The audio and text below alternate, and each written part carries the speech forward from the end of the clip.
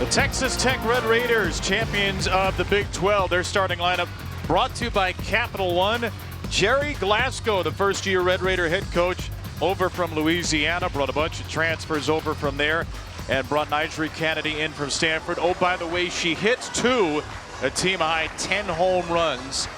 She'll take on Ashton Danley, the sophomore who was unscored upon in the regional round.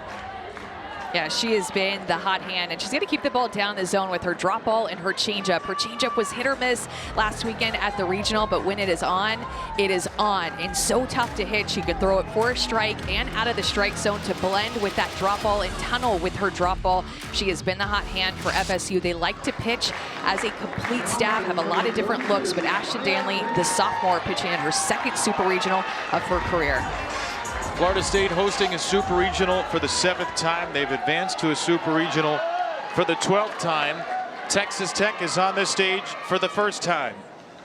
And the stage is set for the Super Regional round in college softball in 2025. It begins with a strike to Maya Davis at 7:05 on what's become a bit of a steamy evening here in Tallahassee, Florida.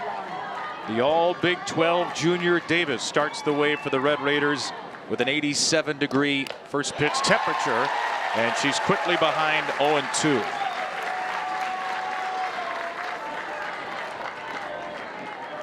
One of the best pitching staffs in the country. Florida State 6th in ERA. It is truly a full staff approach with 6 different pitchers who've started this year.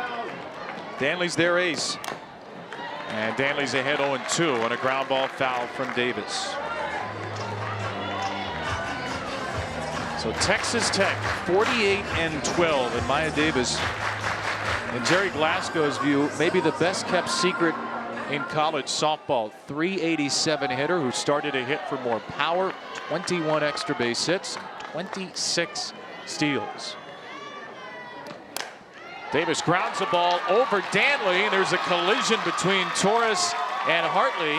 And Texas Tech's first ever Super Regional at bat is an infield hit for Maya Davis. What a turn of events, too, for her to be able to get on. Ashton Danley quickly got ahead, 0-2. Maya Davis, so just such a tough out at the top of the order. Second baseman Alexa Langeliers next into the box. Langeliers smacks a ground ball through the left side. Back-to-back pitches, back-to-back hits for Tech. Swinging early in the count, Langeliers very aggressive on this drop ball that she sees up in the zone. If you're going up against a drop ball pitcher and you see a pitch about that height early in the count, you are going to attack it. Hard ground ball through the left side, and Texas Tech is in business. Second team all Big 12 second baseman sets up Lauren Allred, the Tech first baseman. She's first pitch swinging. That's on the ground to second. Florida State will get one. On the flip from Christina Hartley to Isa Torres. Allred hustled it out, and the Red Raiders have runners at the corners on another first pitch swing.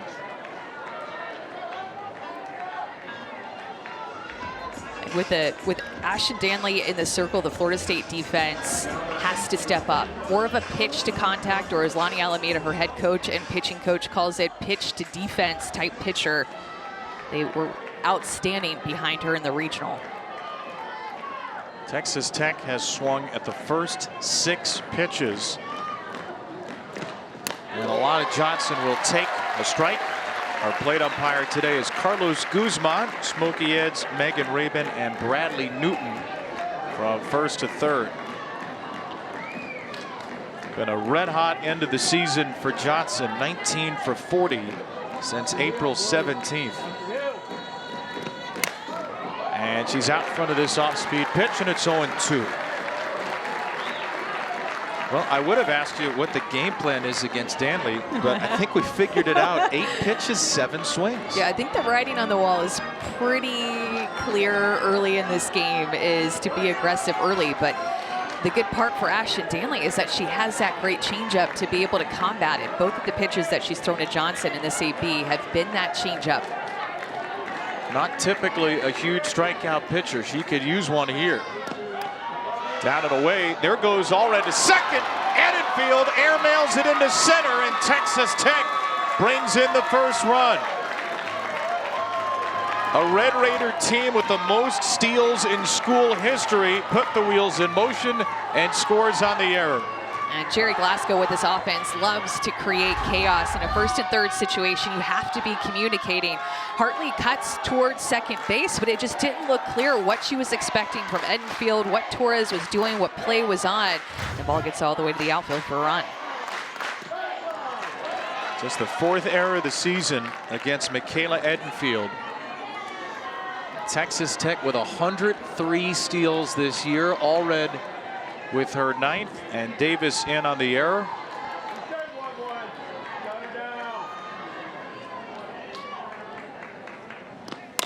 Well, and instantly in the back of your mind is that every run Texas Tech puts on the board seems like a mountain to climb if you're Florida State. And it's very early in this game, don't get me wrong, but you're going up against a pitcher who doesn't give up an earned run each of the games. And that's her first run allowed in 17 innings. She's been fantastic.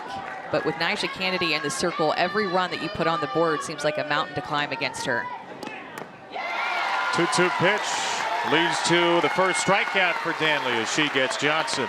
And this is what she needs to do more. She's doing a good job of throwing strikes and getting ahead, but when she's ahead, she has to expand the strike zone like this with how aggressive Texas Tech is being. Drop ball at the shoelaces, gets Johnson to chase. That is a big strikeout for Danley with the runner in scoring position.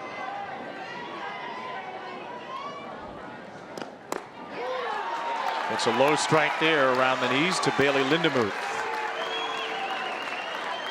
One of 2 freshman starters in the Tech lineup. The freshman starters are the left side of the infield, Lindemuth and Haley Toney. Not a lot of teams who start 2 freshmen over there. And not only start 2 freshmen, but are very comfortable doing so. It's not all big budget transfers for Texas Tech. Obviously, Nyjah Canady led the way here. A bunch of transfers from Louisiana, Johnson from Washington, but there's great young talent here as well. Jerry Glasgow, who took over this program after an amazing 6-year run with the Louisiana Ragin' Cajuns.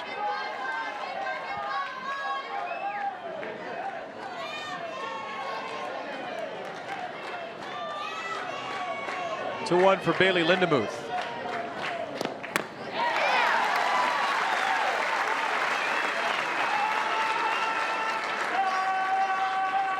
Lindemuth had a huge regional round, 4 for 7 with a couple of doubles and a walk. Texas Tech had a huge regional round. They've outscored teams in the postseason now 52-7. Here's a chopper to the left side. Jason E. Beecham makes the play from third. Well, Nyjah Canady, there's your run. Texas Tech's ace to the circle next. 1 run is often all she needs. The unanimous Big 12 Pitcher of the Year, the reigning National Player of the Year, Nyjah Canady, trying to lead the nation in ERA for a 3rd straight season and try to pitch through a lingering blister issue here for Texas Tech.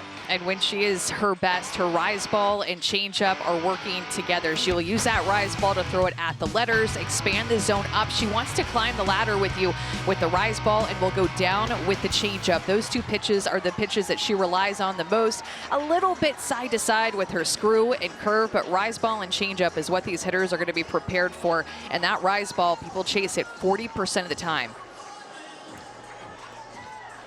Florida State starting lineup brought to you by Capital One. It's the 8th highest scoring team in the country.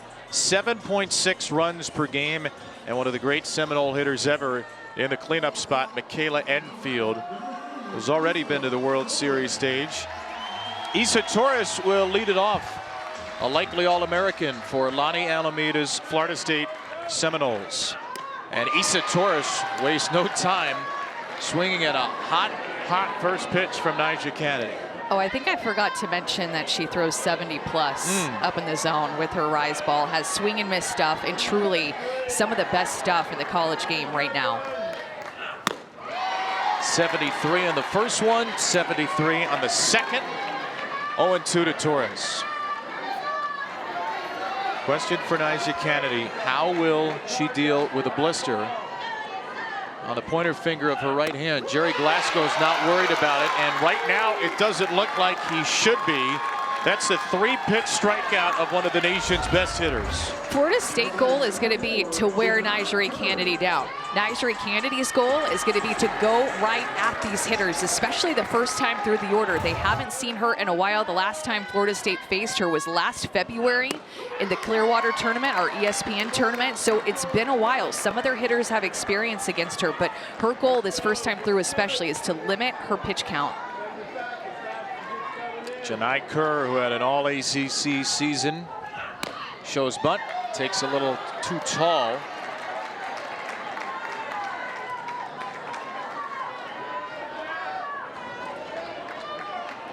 Kerr hit .456 in ACC play, first teamer this year.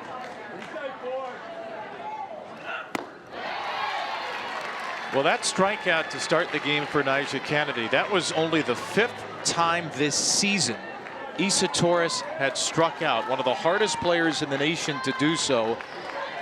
No big deal for Canady, more than half her career outs on strikeouts, and she nearly had another.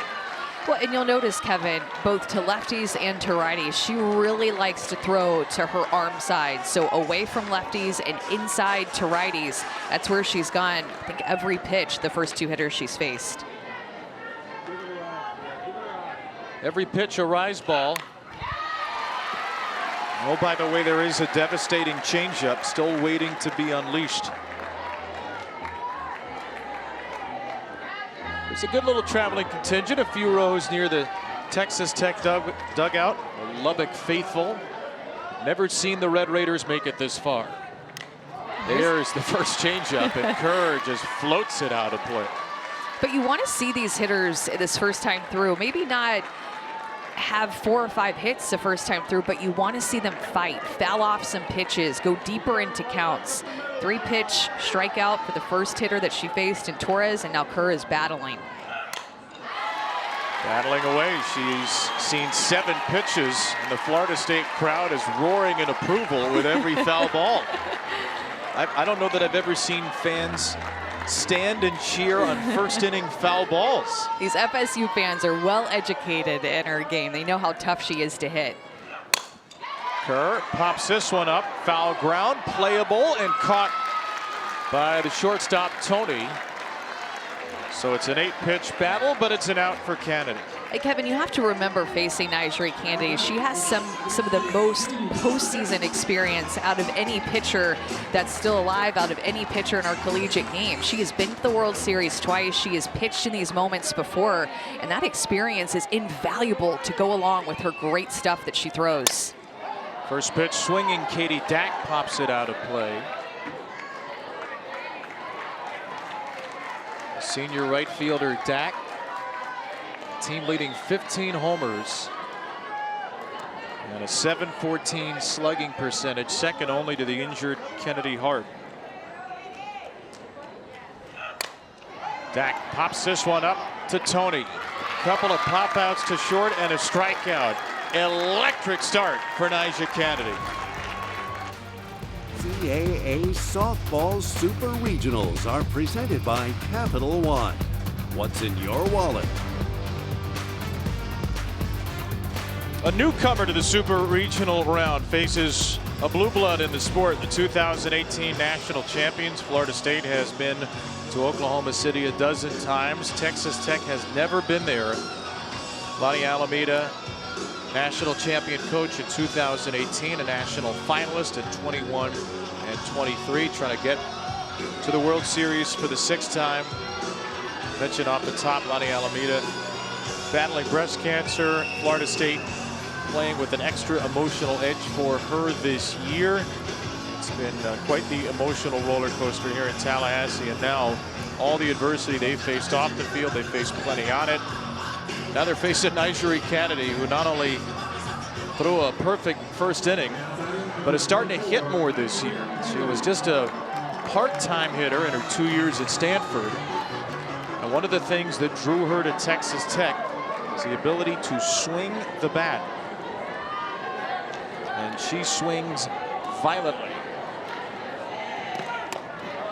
First pitch is inside from Ashton Danley. And she's flat out said, I'm looking to hit the ball out. And that's what is Coach Glasgow's motto too. He loves the long ball, and so do I.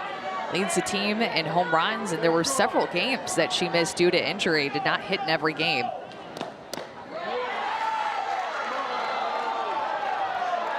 Canady homered twice in the regional weekend. 3 for 7. 2 of those 3 hits were long balls. Slugging .716. OPS of 1176. Well, and look how much room she's giving herself on the inner half. She is so far off of the plate, just almost daring Danley to throw her inside. So she drops a changeup and a hitter's count, that 2-0 count to get her first strike. But look how far off the plate that she is. And far back in the box, too. 3-1 to Nigeria.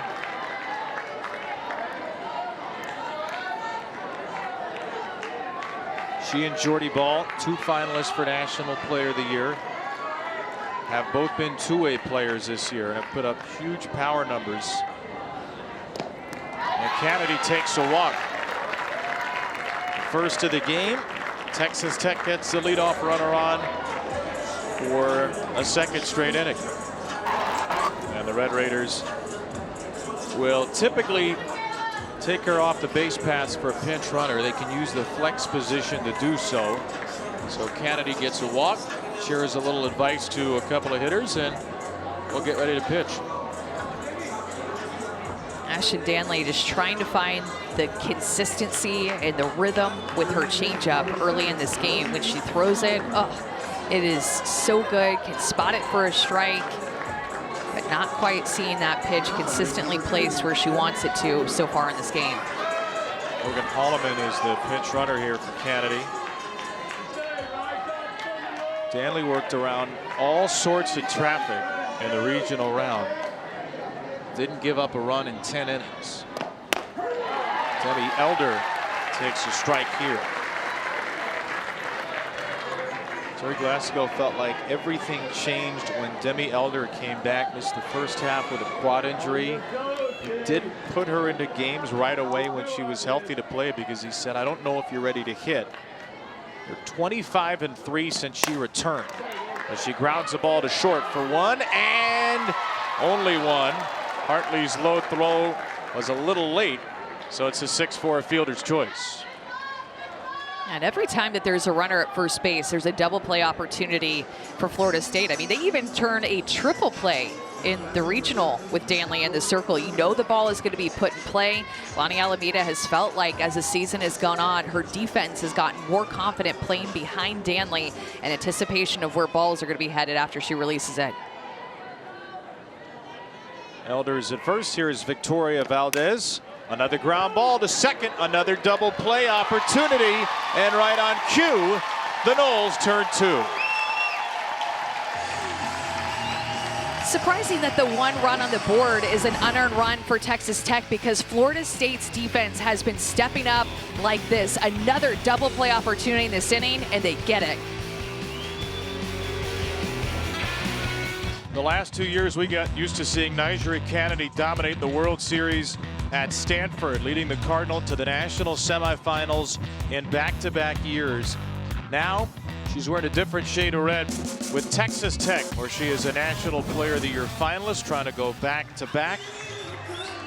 She entered the transfer portal after winning the National Player of the Year last year, which set off perhaps the wildest, most frenzied portal recruitment we've ever seen in college softball, particularly because it was in the NIL era.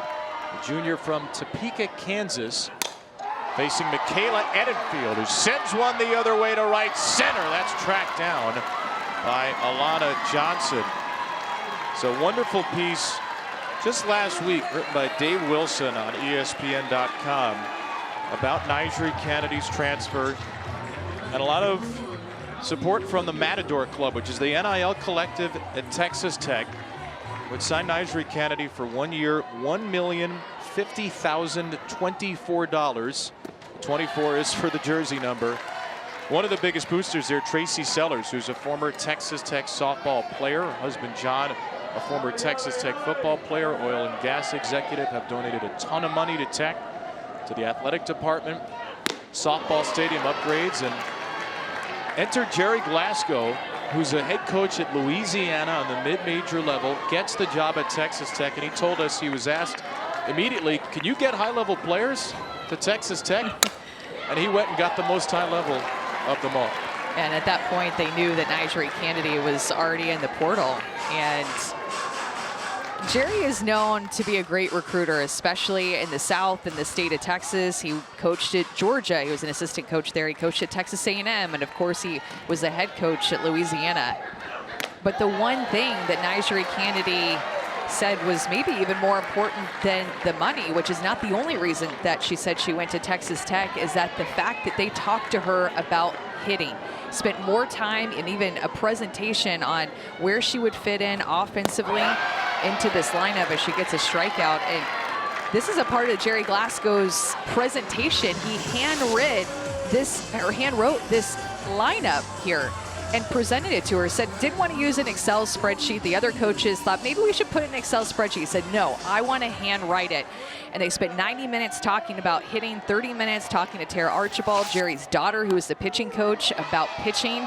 And Nigeri said that this was the one visit that she made where she talked more about hitting than pitching. That's what she wanted to do. He's got 2 outs after a strikeout of Hallie Waitcaser. Now the freshman Shelby McKenzie. And the secret weapon Jerry Glasgow had, he was friends with Jim Hecker, former travel ball coach and coach of Nyjah. Nyjah told us when she got in the portal, she talked a couple of times to Jim Hecker, to her former coach. And that's partly where the connection came in with Jerry Glasgow. It's also a pretty good connection if you're a Texas Tech athlete, one of the most famous athletes in the world right now, and that is Patrick Mahomes. Super Bowl champion with the Chiefs, who reached out while he was on his vacation in Italy as part of the recruiting process. Yeah, when Jerry talked to the Matador Club, the Texas Tech NIL collective, he said, we're talking about Bo Jackson here. We're talking about Herschel Walker, like a once-in-a-generation type player. That's what he thinks of Canady. I tell you what, based on everything we've seen, I think he's right. 2 more strikeouts in a perfect second. And she can just take over a game. She is dominant up in the zone with her changeup, both strikeouts on change. Well, there's never been a better season for Texas Tech than this one right here. Big 12 regular season and tournament champions for the first time. Set 16 school records with a 48-12 record. Second best pitching staff in the country. Red Raiders got a national seed for the first time. And their first super regional ever. It's only their 7th trip, period, to the NCAA tournament. They were the first team out of the field at 29 and 21 last year. Only 3 players from that team remain. 1-0 Red Raiders here. Freshman Haley Toney takes a strike, and Haley Toney was actually committed to the previous coaching staff at Texas Tech. Decided to see what happened during the coaching change after Craig Snyder left, and Jerry Glasgow was interested in retaining her. That ball smoked, that's fair, inside the bag and down the right field line. It sits in the corner. Toney's thinking 3. Toney is out at third. A picture-perfect relay.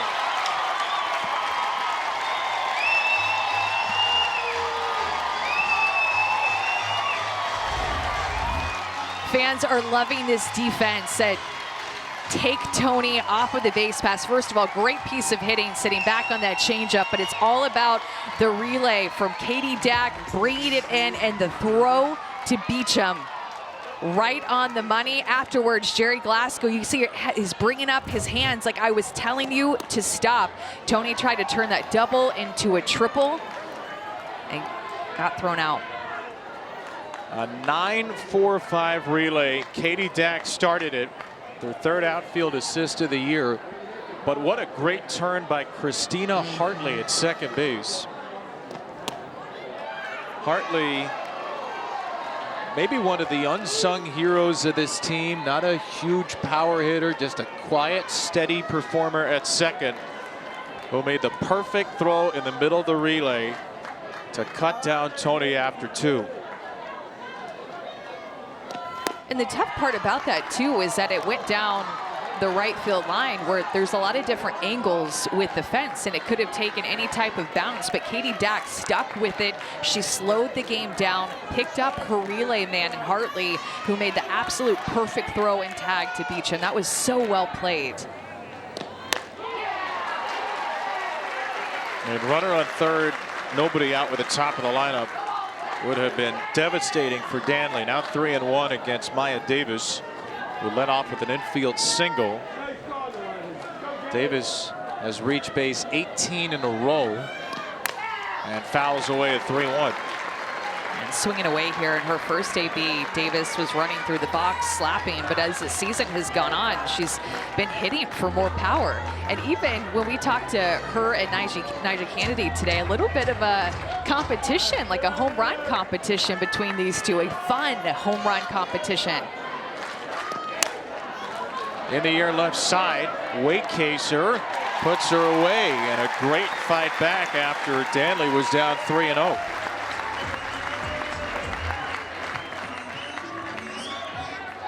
Typical Ashton Danley game here. It's not clean, there's traffic, but she just keeps weaving her way in and out of jams.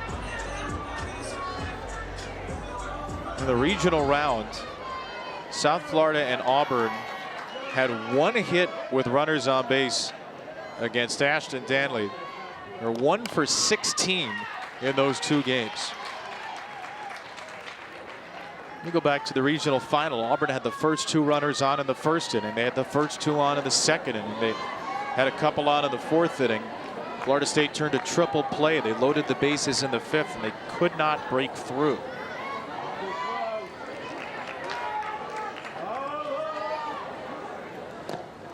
There should be like a cycle of defensive plays, right? So, you know, you can hit for the cycle, but with Danley in the circle, they have a triple play. They obviously just have like a 6-3 type play, but they have a double play. Now they have this relay play. I mean, we should start keeping some Florida State defensive cycle scores here. I don't know what the defensive cycle would be, but I feel like Florida State is well on their way the past couple of outings that Danley has had. Which they need, because she is not a huge strikeout pitcher. Has one today, 74 on the year, and 104 innings. 2-1 for Alexa Langeliers is down and in. Look at how patient they've been the past couple of innings compared to that first inning when they were so aggressive. Nyjah Canady had the leadoff walk in the top of the second. She showed patience, but in that first inning, they were so aggressive, swinging at just about everything. And Langeliers is on for the second time. 2 walks today for Texas Tech.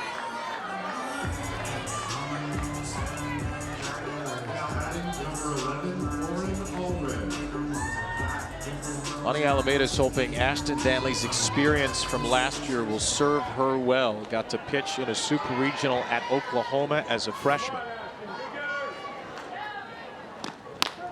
Lauren Allred takes up high. Langeliers, a bit of a delayed steal. Maybe that completes the defensive cycle. An outfield assist and a caught stealing in the same inning.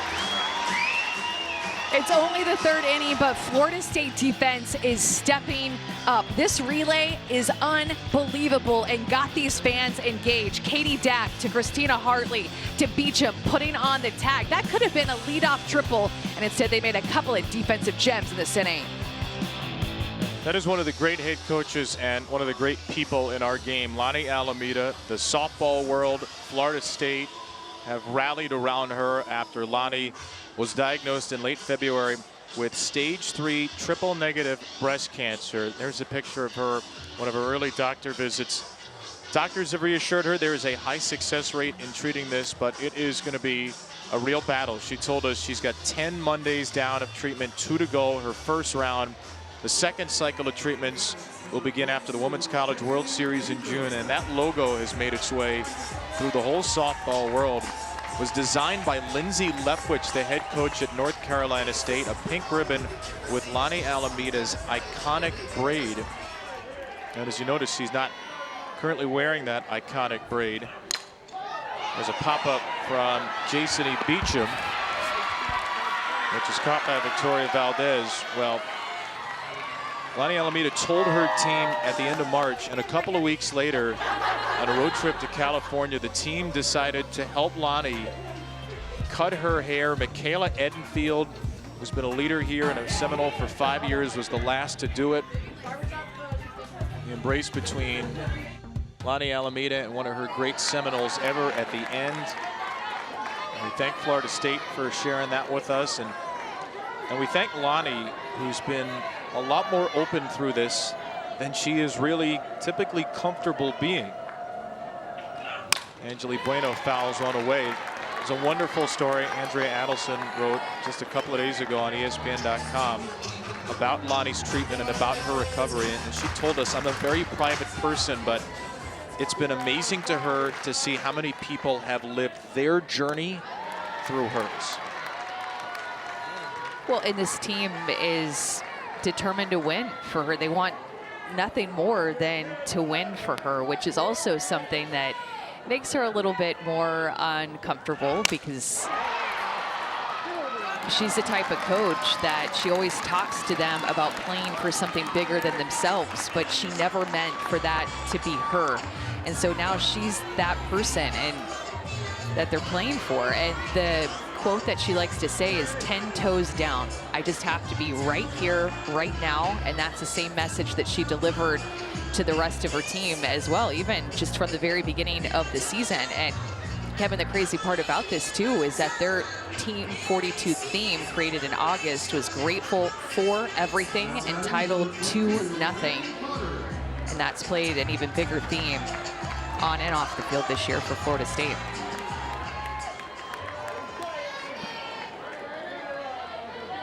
Lonnie Seminoles at home here in the Super Regional. So bunt is laid down right back to Canady. His throw is in time. That was a pinch hitter, Annie Potter. Lonnie Alameda Seminoles come back in a 1-0 game next. Welcome back to the NCAA Softball Super Regionals presented by Capital One. Jerry Glasgow has Texas Tech in the Supers for the first time. Their head coach gracious enough to join us now in the fourth. Jerry, what do you make of your team's at-bats and their poise here on the big stage? We're seeing the ball well, and we're making hard contact. We need to remember when we got a runner on first base in force-out situation, thread the ball, get it elevated, but we're hitting the ball hard. And yeah, I can see the tension or the stress of the environment. I can see it playing into factor here a little bit, but it's good. You want the kids pumped up, and you want them to feel the moment, and they are a little bit in good ways and bad ways. Jerry, this is your first year coaching at Texas Tech and coaching Nyjah. What's it been like to coach her this season? A dream every day. You wake up and you just want to make sure when you go to the ballpark, yep, it really is. She's here. It's not just a dream. It's a blessing every single day to walk out and see her in our uniform and to get to be around her, not just her talent, but her work habit and her character. Jerry Glasgow, thanks for the time. Thank you. Head coach of Texas Tech, Jerry Glasgow. Who's lived a better softball dream than this guy, who got into college coaching in his 40s, was a youth coach, coaching 10 and 12-year-old teams, coaching his daughters, took a long way to even break in as an assistant. Now he's coaching the biggest name in the sport, who has been perfect through 3 innings in Texas Tech's first ever Super Regional game. And started coaching because he was a dad. That's why he got into the game. Had 3 daughters who all played, and that's why he started coaching. Lauren Allred down to first, and Bueno makes the play. We could talk to Jerry Glasgow for about as long as it took him to drive from Lubbock to Tallahassee, which is 17 hours and 47 minutes, because he had hitting machines that he has to bring on every trip, because Jerry Glasgow just does things a certain way. He's got to get the hitting machines here. He coaches hitters differently. It's unique the way he teaches and sets the machines, individual players. His whole story is unique. He started coaching his daughter Tara at 9 years old. He said they won the league at 10 years old. They gave me the All-Star team. 2 years ago when I got the All-Star team, or 2 years after, I said, I'll coach if I could do whatever it takes to win, which meant practice Friday morning, 7 to 9, then go play a team Friday night that was 30-1 at 6, then play a team at 8:30 Friday night that was 33-3. We had to get beat because I wanted the kids to know we weren't very good. That's what he said. And then they got the All-Star team to the Pony World Series a couple of weeks later, went undefeated and won the Pony World Series title in Marion, Illinois. That's how his coaching career started. Now he's 2 wins from the World Series with Canady. It's not my words, his. It's a miracle of a coaching career.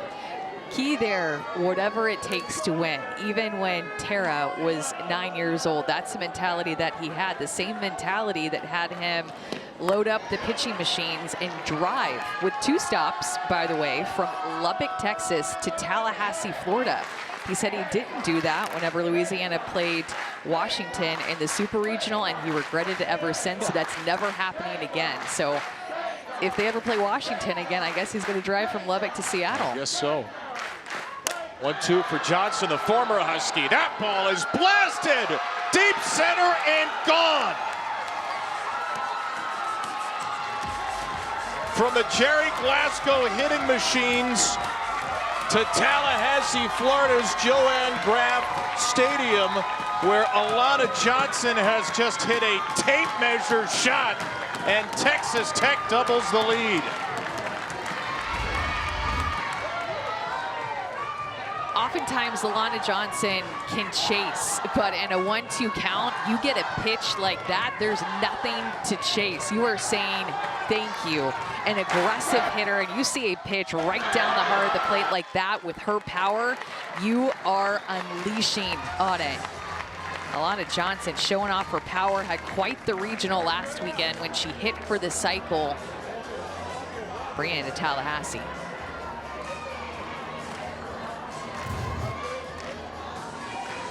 Alana Johnson with home run number 9. And Florida State turns to the bullpen here in game 1 of the Super Regionals. Julia Apsell out of the bullpen for Florida State after 3 1/3 innings for Ashton Danley. The lefty, one of 6 pitchers on the staff, who had a very good regular season. A lot of experience whenever she was at Hofstra, transferred into Florida State from the left-hand side. Got to work her curveball and her rise ball. She'll be able to work that rise ball, wants you to chase it up out of the zone, especially when she gets 2 strikes. Curveball, rise ball, and we'll mix in a changeup about 20% of the time. Well, Texas Tech has doubled its lead on just the 5th home run allowed by Ashton Danley this season. At 104 2/3 innings, or 105 innings, beg your pardon. Alana Johnson and Texas Tech with a 2-0 lead. Their first ever Super Regional game. Well, it's not Johnson's first, a Washington transfer. There's a bunt from Bailey Lindemuth and Apsell. 1 pitch and 1 out.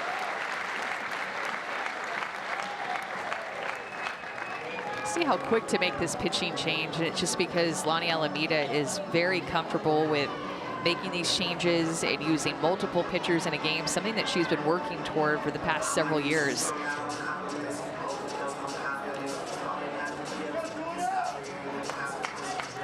Throwing, since they won the national championship in 2018, throwing fewer and fewer complete games. It's actually interesting to go back into the archives and look at the pitching staffs and see how in 2018 they threw a ton of complete games. Facing Canady. In the air to right. That's hit pretty deep, but stays in the park. 2 pitches, 2 outs for Apsell. But the former Washington Husky, happy her new coach didn't bring those hitting machines to Seattle all those years ago. Hitters count, barreling this mistake up, and it's what got Ashton Danley out of the game. Tech is up 2-0. 2-0 lead for Texas Tech. We're joined by Florida State head coach Lonnie Alameda in the Super Regional Game 1. Lonnie, Ashton Danley got the start for you, gives up an earned run for the first time in 7 outings. Has been so good. What do you made of Texas Tech's approach against her and Apsell? I mean, scrappy, swing it.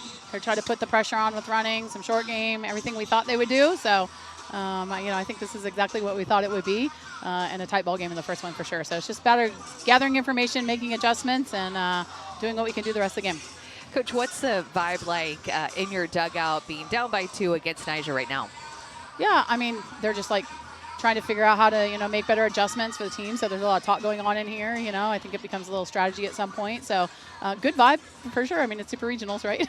So good vibe getting after it. She's a great pitcher, and, excited to see what we can put together here. Lonnie, as always, we appreciate the time. Thank you very much. And Canady, really good first time through the order, had 3 strikeouts. 1 on her rise ball and then 2 on her changeup. This changeup that she throws, Kevin, is something else. I mean, when she came out as a freshman, she was known for her speed and for her rise ball. She only threw that changeup 2% of the time. Now she's throwing it about 15% of the time. And when you look at the numbers, you kind of ask yourself, why not throw that pitch a little bit more?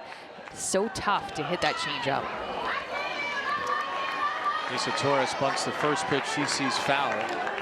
30 pitches in the first 3 innings. 22 strikes and no base runners for Florida State. It's Torres, Kerr, and Dak, the Seminoles' top 3. Torres takes strike 2. Hitters against that changeup on the year just hitting 120. Remember, 40% swing and miss rate. Off of a rise ball, they're hitting 168. So a drop of about 50 points against that changeup. What do you expect Florida State to do second time through? Be a little bit more comfortable with her speed, and I think at handling the upper part of the zone. Something that they talked about coming into this game was just trying not to have too many pop-ups against her. Ground ball to second. Torres is out. Terrific play by Langoliers. It's a great adjustment by Issa Torres, who struck out on 3 pitches in her first at bat, and hits that changeup hard. Speaking of that changeup, that's a good sign if Issa Torres just picked up a changeup out of her hand like that with the way that they saw that pitch first time through. Tonight, Kerr had the best battle, 8 pitches in the first before fouling out to short. And Kerr bloops this pitch to shallow center, and an on-rushing Davis makes the play. The Women's College World Series returns to Oklahoma City, and the action begins in just 1 week. 12 Eastern, 11 Central, live on ESPN. For more information on the 2025 Women's College World Series, go to NCAA.com, the official online home for all 90 NCAA championships. So an 8-pitch out for Kerr in the first, a 1-pitch out in the second. And Katie Dak on the first pitch into left field. Another 6-pitch inning. Back-to-back 6-pitch innings for Nyjah Canady. This is the party that every player wants to be at.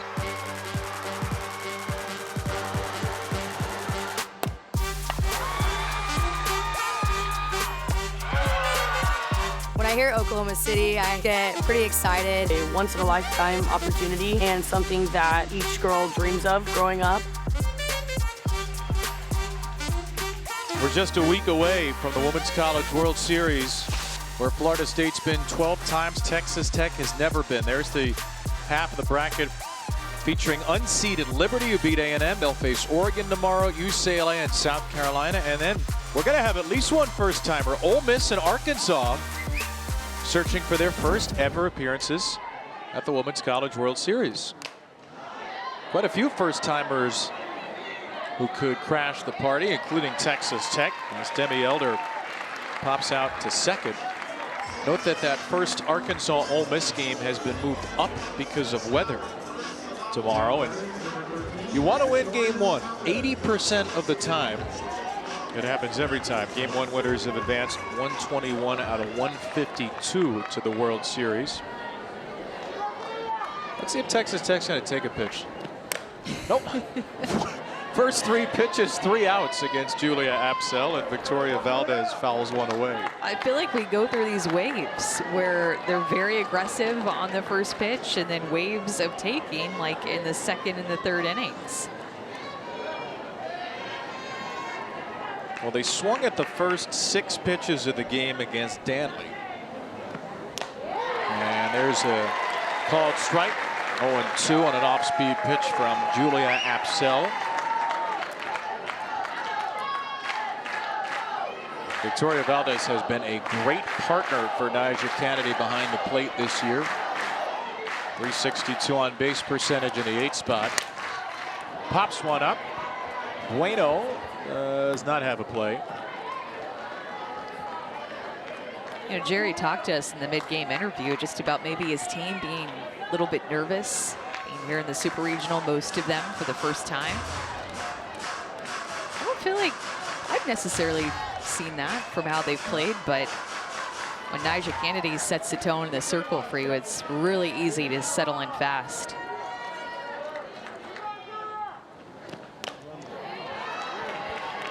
They've certainly been aggressive. They've had 2 runners thrown out on the base pass. Tony, who tried to stretch a double into a triple. Langoliers was caught stealing. 1-2 for Valdez. And she struck out looking. Apsell with a second Seminole K. I like the way that she's throwing this changeup in her outing so far, being able to locate that pitch for a strike. It's what Ashton Danley wasn't doing consistently, but Apsell has entered into this game and throwing with a lot of confidence this far.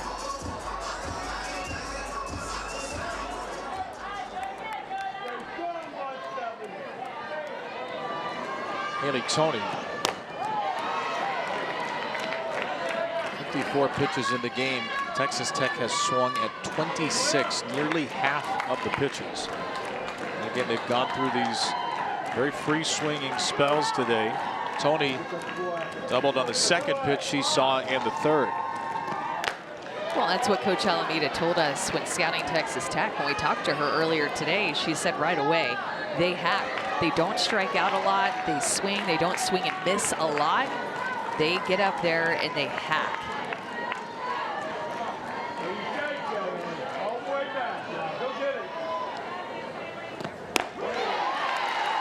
Haley Tony with that first at-bat doubles, now 355 since a 2-for-23 start. And according to the Texas Tech Sports Information Department, she's the only freshman from a power conference school to start every game at shortstop this year. A little dribbler right back to Apsell, who throws it away. Tony will go for another extra base, and the ball got away in right field again. This time, she stayed at second, even though Jerry Glasgow is still trying to wave her over to third. It's always in the back of your mind. She got thrown out at third to lead off a couple of innings ago, and now she sees that ball down and easily gets to second, but Jerry Glasgow was waving her. That ball got away from Bueno at first base, and it just kind of trickled away. Nobody was by it. Jerry Glasgow was doing the windmill, so completely opposite. Here, he was like all about her going, but see, he's telling her, he's getting some good pitches, some air pitches over there at third base with his windmill arm. Just explaining to her right now where that ball was. Hey, pick me up. I'll tell you what you need to do. Pick me up before you get to second base. Jerry Glasgow going full Pete Townsend over third. At least Tony stays on base this time. An infield hit and an E1. And Florida State makes its second pitching change of the game. And the Seminoles will turn to Annabelle Wedra, the Auburn transfer, with 2 outs in a 2-0 game in the 5th.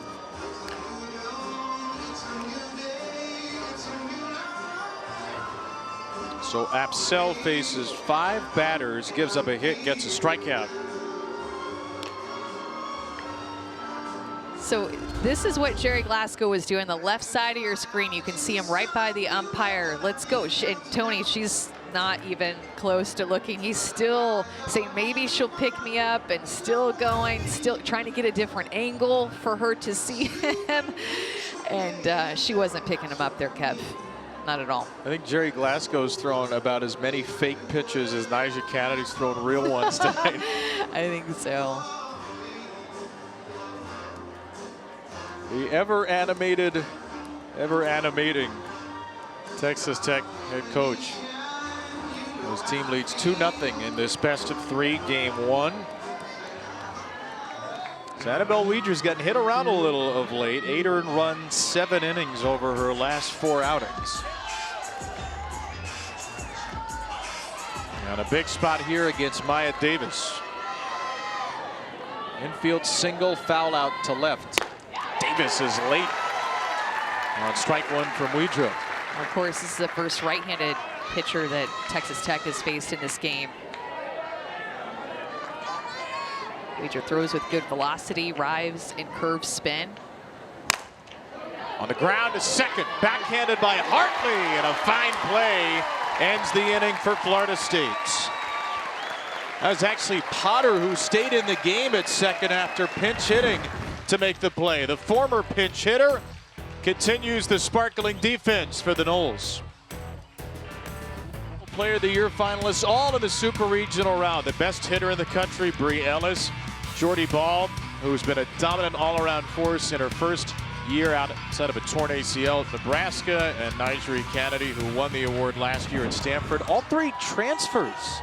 Bree Ellis began her career at Auburn. Jordy Ball, of course, came home after 2 national titles at Oklahoma. And Nyjah Canady, Texas Tech wanted her for moments like this. And they get what they paid for so far with 4 perfect innings. Michaela Edenfield leads off the 5th and takes ball 1. She's looked sharp, and we talked about this at the beginning of the game, but last weekend Jerry Glasgow mentioned that she had a blister that she was pitching through, and you could tell that it was affecting the sharpness of her pitches, in particular the sharpness of her rise ball. Last weekend in the regional, she threw that rise ball 61% of the time, but only got 6% swing and miss rate on her rise ball, which normally it's 6 times that amount. But if you're Nyjah Canady, you want to throw as few of pitches as possible against Florida State today, knowing that you might face him tomorrow, knowing that you might face him in game 3 even, and try to limit that blister amount that it's rubbing. Now, this is a big battle here with Edenfield, who gave a fly ball to right field a ride in her first at-bat. Michaela Edenfield, a 4-time All-ACC selection, and you want to limit your pitch count? That's the way to do it. 4 one-pitch outs in the last 7, no more than 13 in an inning. Outside to Edenfield, and this is the first 3-ball count in the game. One of Florida State's best ever hitters, the redshirt senior from Sneads, takes ball 4, and the Seminoles have their first base runner.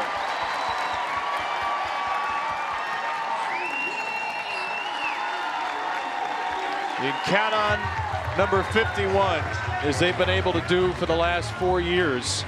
She'll come out for a pinch runner with a roar to the Seminole dugout. Well, and when you look at the numbers hitting against Nyjah Canady, on counts within the first 2 pitches that hitters see, they're hitting 244. Significantly higher than the batting average against her on the year.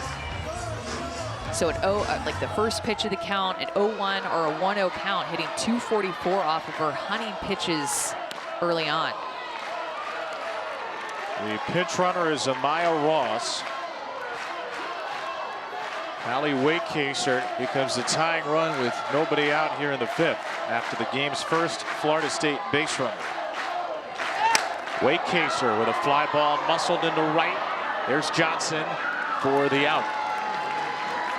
Once again, Florida State goes after one of the first 2 pitches, and once again, Canady gets a quick out.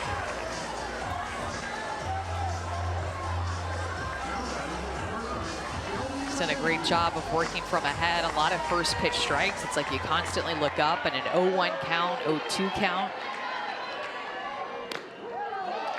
This is a power hitting freshman, Shelby McKenzie. In the regional, McKenzie was 3 for 5 with 2 homers and 4 RBIs. Both homers as a pinch hitter. And she's down 0-2 here. She's got an extra base hit in 4 of her last 5 games. Her first 2 home runs of the year in the regional round. And McKenzie grounds the ball to the right side, and nobody's at first. Allred went to get it, vacating the bag and putting a pair of Seminoles aboard. Florida State's first hit of the game puts 2 on. Great battle by McKenzie to just fight off that 2-strike pitch, and Allred went for the ball. Nobody covered first. Canady in the circle. The second baseman, Langeliers, was also going to field the ball. It is so tough to hit with 2 strikes against Nyjah Canady. Another pinch runner. This is Addie DeLong. So 2 pinch runners, Ross and DeLong. And for the first time today, Texas Tech's going to slow the game down with Tara Archibald, their pitching coach, out to talk to Nyjah Canady.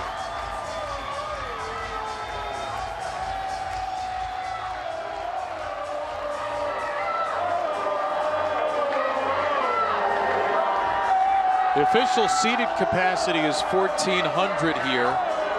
I'm going to guess there are maybe close to double that when you factor the parking garage into consideration out there in left field. This is a great, great softball environment. All 3 levels of the garage. There's the bullseye, there are the tents, the tailgates. You got folks just standing in the stairwell out on the garage. It's a great, great scene for softball.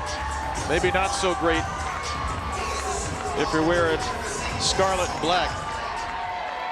They've still got the lead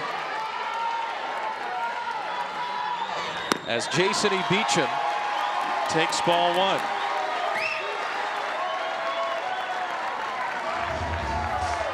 Beecham last year reached base 3 times against Nyjah Canady in Clearwater. 2 of those were walks. The other was a single as Florida State scored 4 runs, 1 earned in 5 2/3 against Canady. A strike to Beecham, 2-1.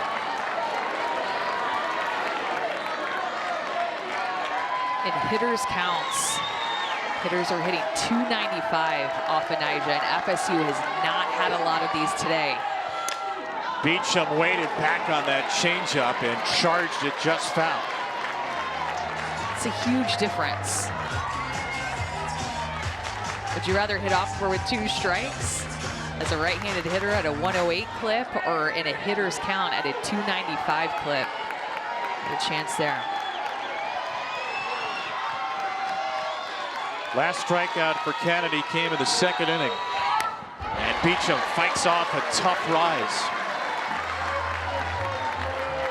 And it's moments like this why it's so big to grab a top 8 seed. Why we're talking about it all year, why it comes down to the selection show, because in a moment like this, game on the line, you want this crowd on your side.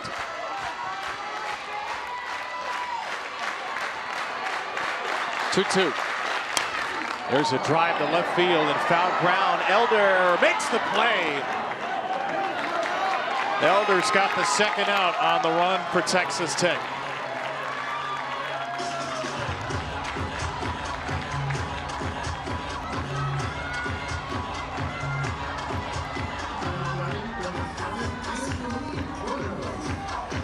So Canady licks that right hand, applies the rosin. That's 2 on and 2 out for Angeli Bueno.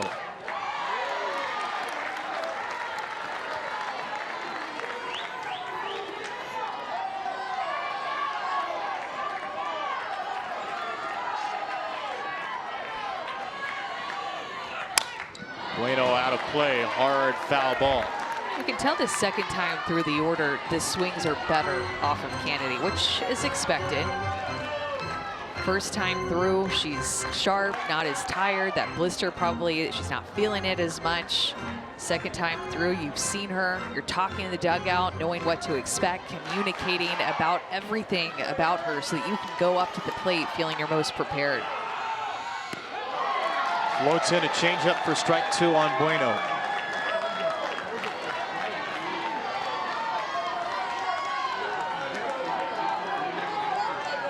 Ross, the pitch runner at second. DeLong, the pinch runner at first. A 1-2. Struck her out swinging.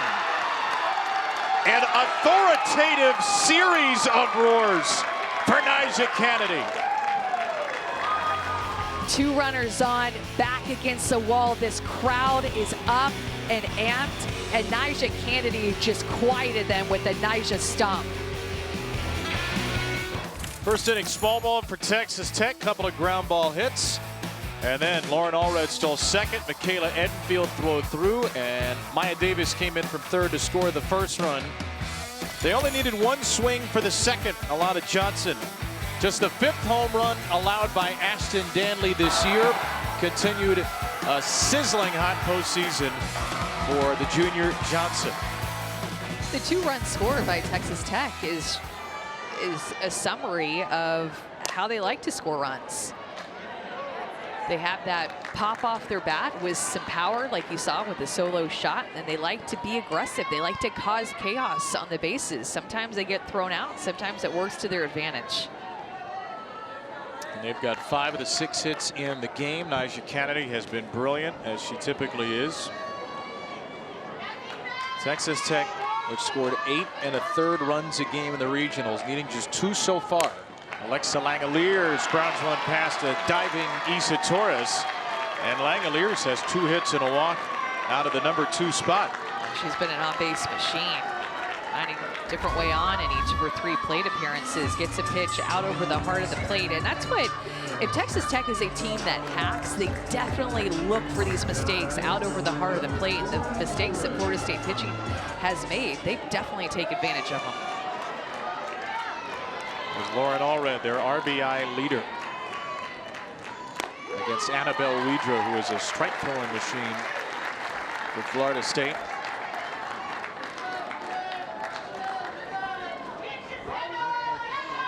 Allred had a 5 for 10 regionals, walked twice, 2 extra base hits, drove in 8. She will pop out here.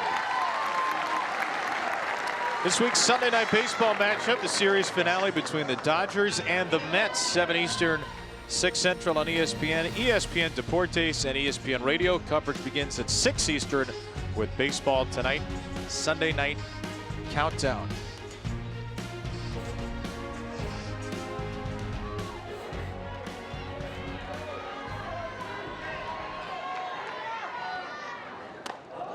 Got a Major League Baseball connection on the field right now. There's Alexa Langeliers, the younger sister of Shea Langeliers, catcher for the team formerly known as the Oakland A's.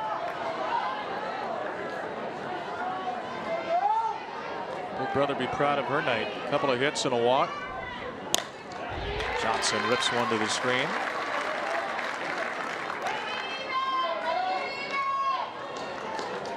Struggled hitting when she first got to Texas Tech. It took her time to really sync up with Jerry Glasgow's approach. She's been less of a guess hitter now, more dialed into what pitchers are throwing. She sees that one well out of the hand for ball 2. She talked to us about just simplifying her plan, and the most important part here is sticking to it. Being disciplined, trying not to chase as much as she did earlier in the year.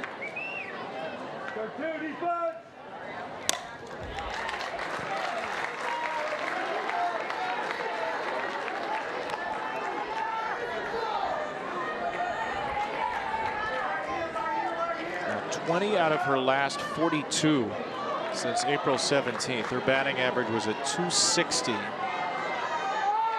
It's now at 324. A sky-high pop for Beecham. Important for Florida State to keep the score right where it's at. That was such a big opportunity that they had against Canady last inning with 2 on, less than 2 outs, and couldn't do anything with it. But just down by 2 runs here, have 6 outs to play with against her. It's going to be tough, but doable when you're just down by 2. You do not want to put any more runs on the board, or let them put any more runs on the board for Tech. And Florida State's doing it the way they typically do. Only 4 complete games on the year. It's another all-staff affair. Danley 3 1/3, 2 runs, 1 earned. Apsell got 4 outs out of the bullpen. Now Weedra's recorded 3. Working on the freshman Bailey Lindemuth. Chases strike 2. Nice cutting action there from Weedra.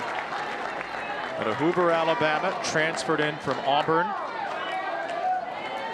One of the best strike throwers in the nation.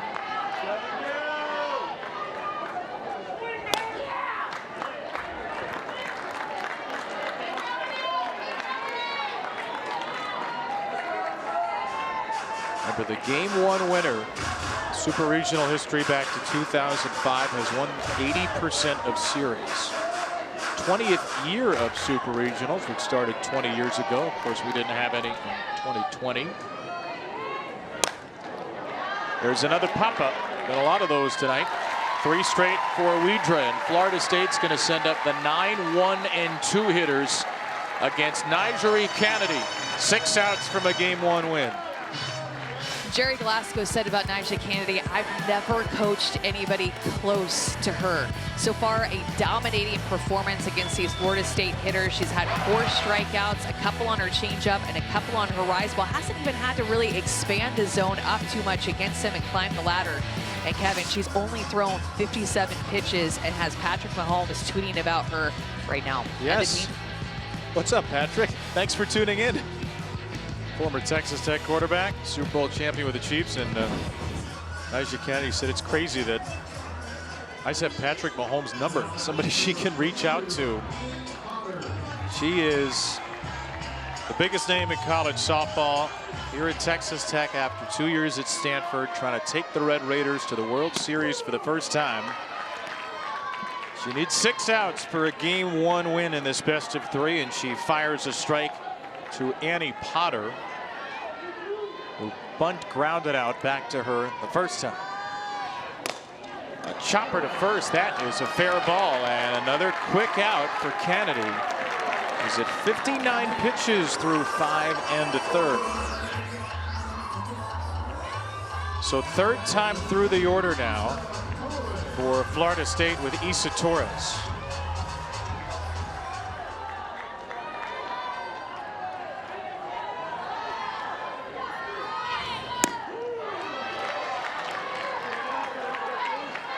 Two top 10 National Player of the Year finalists. Torres struck out for just the 5th time all season to lead off the game for FSU. And a little soft ground ball here. Torres kicked it in fair territory. She tried to hop over the top, but she is out for making contact with the batted ball. Did everything that she could to try to avoid this ball. It was right in front of her for the longest time. Then she hopped over it, and then right there, bounced right into her back heel. And with her speed and that staying fair, that easily would have been a hit. Well, Canady finally had to work a little harder in the 5th. She had thrown 36 pitches in the first 4 innings combined, 21 in the 5th. And she got the first 2 outs on just 4 pitches here in the 6th.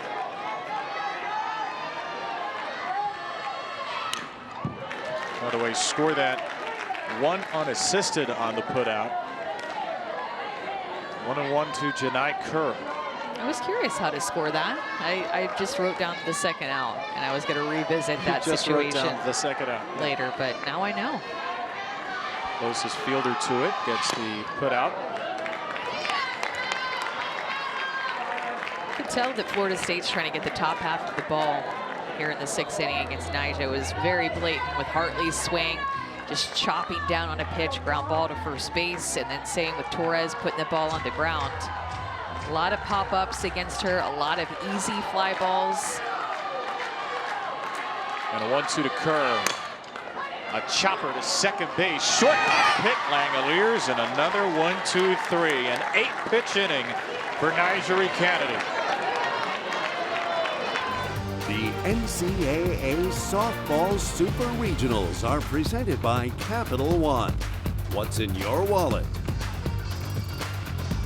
The last 5 first-timers in the World Series stage. Drew, all remember Odyssey Alexander's, James Madison Dukes in 2021. Duke made its debut last year, and Texas Tech could join that list.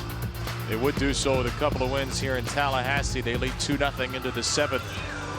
Nyjah Canady has been there with Stanford, Alana Johnson with Washington, but this program has never even made it this far. Florida State has made it this far often. Seminoles trying to make it a baker's dozen worth of appearances in the World Series. Canady's walked and flied out today, and she smacks this pitch the other way. It's gone! Nyjah Canady, who's allowed just 9 home runs this year, has just hit her 11th, and she gives herself a little insurance.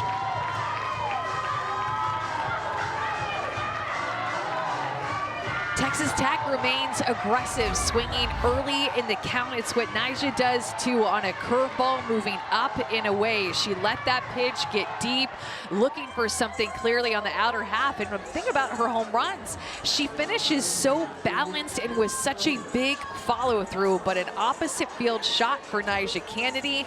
Last year's National Player of the Year, possibly this year's National Player of the Year. Again, doing big things, swinging the bat here at Texas Tech, and a huge insurance run.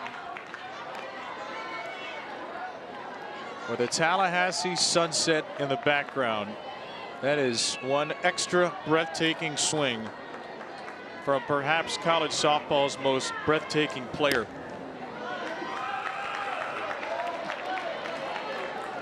She said it. You can read the quote in the Dave Wilson piece on ESPN.com. I'm definitely trying to hit the ball out. And that's Coach Glasgow's motto too. He loves the long ball. To first, that one kicks off of Bueno. And Demi Elder will reach base after the Canady home run. Just such a smooth swing. It looked effortless. I'm telling you, the thing I notice about her home runs is just how balanced she is at the end. And then, of course, she's going to show the emotion. But off of her bat, that was an absolute no-doubter. When you watch Nyjah Canady play, you have this emotion in the big moments that she knows. She knows the game and how big of a swing that is. Extra run support for herself to head into the 7th inning. And if you talk to her, as we got a chance to today, you'd never know that's who she is. Unassuming, thoughtful, quiet personality off the field. When she gets out on the diamond, she absolutely lets it rip. Jerry had a conversation with her too right before she stepped into the box, was talking to her about something offensive, the way that he normally does with his hitters, constantly giving them tips, advice, some last-minute keys, and clearly it paid off in that swing. Annabelle Weidra gets an out on the pinch hitter Reagan Jennings and gets an out on Haley Toney. By the way, officially a fielding error on Bueno to let Elder reach. Now, I'm not buying what Jerry Glasgow told us earlier, that his team looks nervous. I'm not either. I mean, it helps when your starting pitcher and your best power hitter's been to the World Series semis back-to-back years. I think Florida State looks a little bit more nervous than Texas Tech, but that's the importance of coming out and scoring in the first inning as well, like they did. Texas Tech got the first run on the board and just have not looked back with the start that Nyjah Canady has given them, and scoring all throughout the game, which is so important too. Chopped down to short. Torres picks the short hop and has no chance to get Davis blazing fast for her second infield single.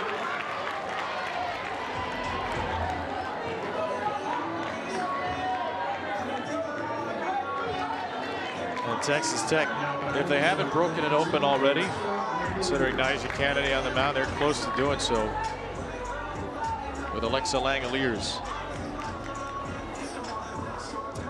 Tomorrow night, game 2 of the Western Conference Final on ESPN and ESPN+. Connor McDavid and the Oilers try to even the series in Dallas against the Stars at 8 Eastern, 7 Central. The Point kicks off our coverage at 7:30 Eastern. Got a Texas Tech timeout here as Nyjah Canady stares at a field she has conquered through 6.5 innings.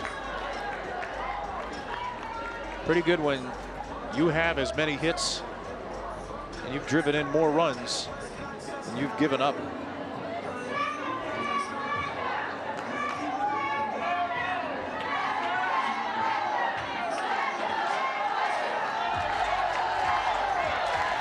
Adjusted to this Texas Tech team pretty quickly. She said she and her teammates would go to football games in the offseason, did a lot of group activities. There was even some talk of a haunted house activity.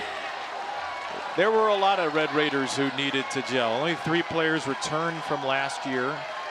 5 players came from Louisiana with Jerry Glasgow, so made it a little easier, but this team had to learn to play together.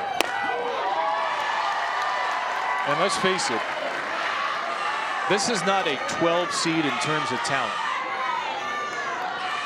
They had a slow start to the year, but they might be about as talented, as well put together as any 12 seed ever. And they're going to take a 3-0 lead into the bottom of the 7th. Nyjah Canady gets some insurance from Nyjah Canady. She truly does it all, showing off her power. She is up there looking to drop bombs. She gave herself insurance and just needs 3 outs. It's Capital One rewarding performance. It's a tie between Nyjah Canady, the hitter, and Nyjah Canady, the pitcher. Go ahead and give it to her, the two-way player, doing it at the plate and in the circle. I mean, this performance is so impressive and definitely rewarding if you're a Texas Tech fan, because all she has thrown is 65 pitches so far. She knew what to do, the type of outing that she needed. She is not scared of this moment. In front of all these fans, first Super Regional game of the bunch. She's used to these moments.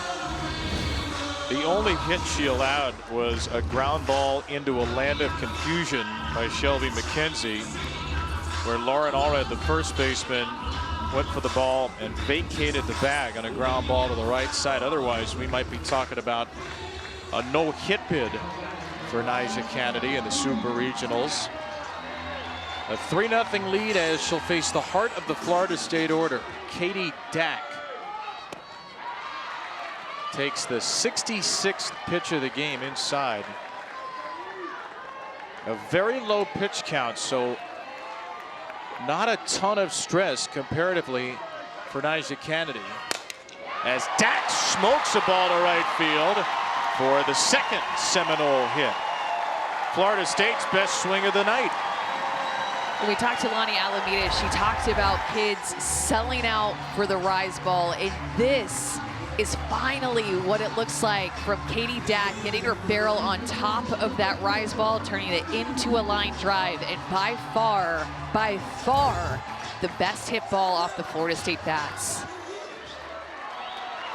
And here's Michaela Edenfield, who walked last time.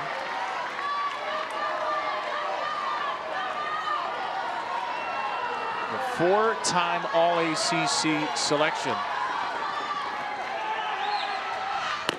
Takes a changeup for strike 2.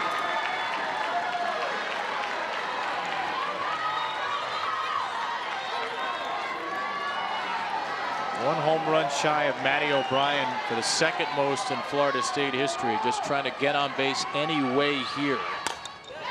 She chases a very high rise ball and stays alive. Former travel ball teammates, these two.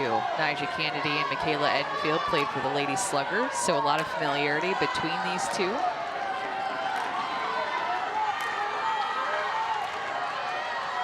Appropriate name for those two. Popped her up, foul ground. Allred has room. It's a huge out, the fact that Michaela Edenfield can change the landscape of this game with one swing to be able to get her out. And she had some good swings in that at bat. You can tell as this game has gone on, not a lot to prove it in terms of runs, but Florida State's at bats have gotten better. Ball one to Hallie Waycaster. Have you noticed anything that would make you think a blister's bothering her? No, I haven't seen anything up to this point that would tell me that. Jerry Glasgow said, I have a lot of worries. The least of my worries is Nyjah Canady. Said she only had the rise ball and the changeup available to her in the regional final Sunday. And she really hasn't needed much more than that tonight. Well, with a quick turnaround as well, she didn't throw much at all in between Sunday's final regional game and then today's game. I threw a bullpen of about 20 pitches last night just to test it out, see how her blister was feeling. A 1-2, a knee buckling changeup just a little low.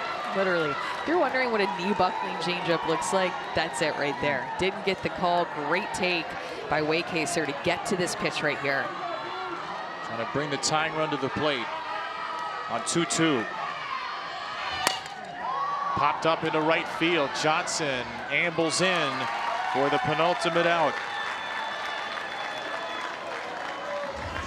Texas Tech is 1 out away from being 1 win away from Oklahoma City.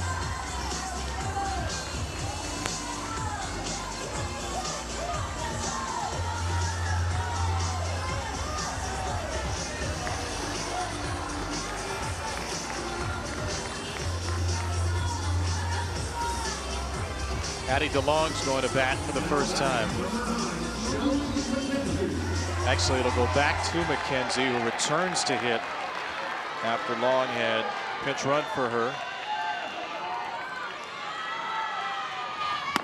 And McKenzie's late 72 here in the 7th inning for Nyjah Canady. Now thrown 16 out of 24 first pitch strikes. Chases strike 2, and the Red Raiders are 1 strike away. I go back to anything else. Go back to that same spot, low and away.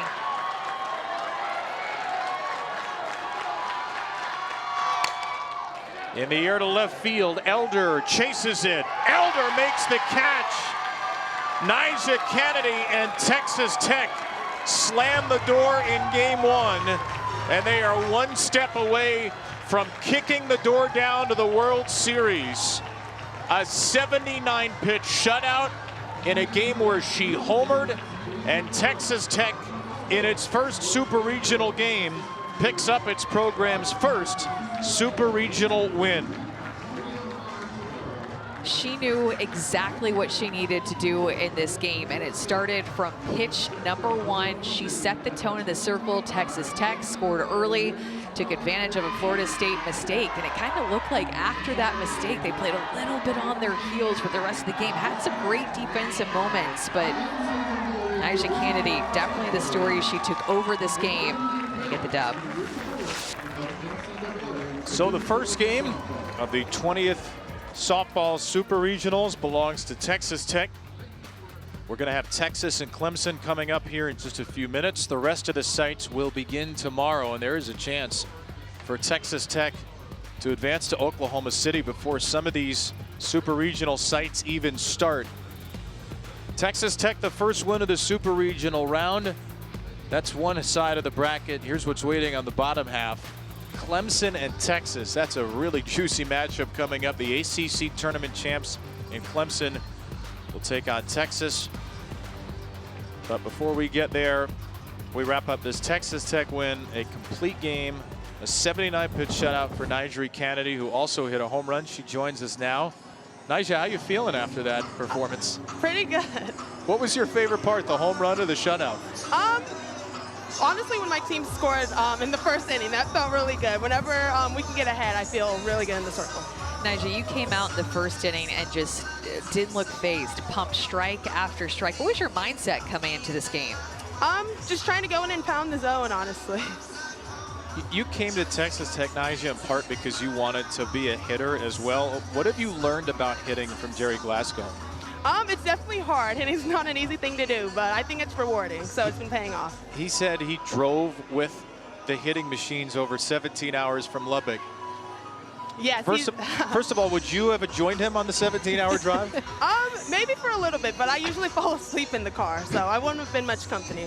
How do the hitting machines help you, Nyjah, to have those here on site? I think it just prepares us for pitching, just being able to see different sequences. And honestly, the machines are 10 times harder to hit than any pitcher in the game. So I think it just prepares us really well. Nyjah, you guys earlier start tomorrow, 3 p.m. What will you do from now and then also tomorrow to prepare for that game and being 1 win away from OKC? A lot of sleep. A lot of sleep sounds great. We'll try to get that too. Nyjah, congratulations on the win, and we'll see you tomorrow. Awesome. Thank you, and all glory to God. Very efficient 7-inning performance by Nyjah Canady.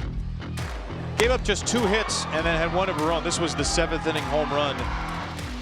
Gave Texas Tech some insurance, which because of her performance in the circle, she would not need. Well, how about the fact that she has 3 home runs in the postseason, hit 2 last weekend at regionals, and then 1 now here in the Super, and then only 4 strikeouts. So a good sign for Florida State with the way they at least weren't swinging and missing as much against her. They will take that information from tonight and bring it into maybe tomorrow when they see her again.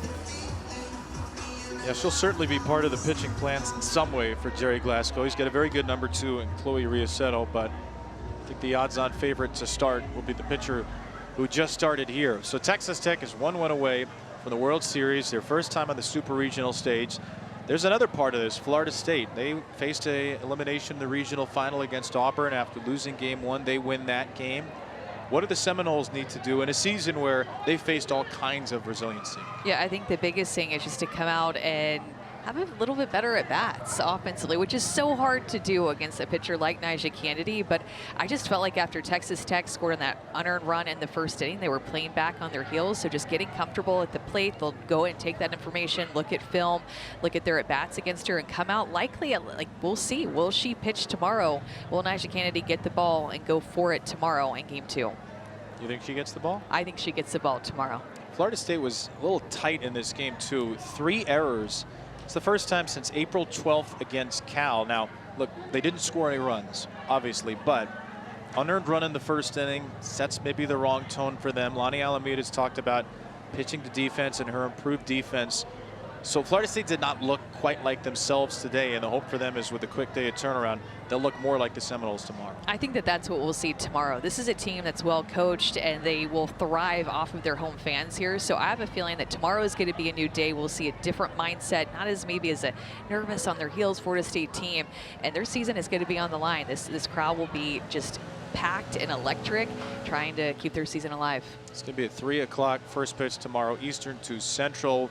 Florida State and Texas Tech. Remember, Florida State has been to the Women's College World Series a dozen times. Texas Tech has never been here. We have to put an asterisk on that because, again, a lot of Johnson's been here. She homered. And Nyjah Canady's been here, and as the Red Raiders experienced ASCO, the rest of this team certainly went. Well, and it's a huge deal. They know what they're playing for. When you got Nyjah Canady on your team, you brought Jerry Glasgow in. It is World Series or bust. This is why Nyjah Canady is here, to be 1 game away, 1 win away from the Women's College World Series. To represent Texas Tech in their school in Oklahoma City would be massive. So a huge day for the Red Raiders tomorrow to try to end it. Nice thing about us being done a little early here is we get to kick back and watch Texas Clemson with the rest of you all. 6 and the 11, that's on the bottom half of the bracket. UCLA, South Carolina, Liberty, Oregon, and Ole Miss, Arkansas. Those games are all going to start tomorrow. Those Super Regionals will start tomorrow. Oklahoma going for a 5-peat will begin their Super Regional against Alabama, another former national champion. Nebraska and Tennessee, Jordy Ball, Carlin Pickens, maybe the best matchup there is. Texas, Clemson, and then Florida, Georgia, the other matchups in the Super Regional round. Jerry Glasgow is 1-0 in the Super Regionals. Nyjah Canady was brilliant. A 2-hit shutout on just 79 pitches and a Red Raider win in Game 1 of the College Softball Super Regionals 2025. For our outstanding crew and Amanda Scarborough, I'm Kevin Brown. Let's take you now to Austin. Pam Ward and Jenny Dalton Hill.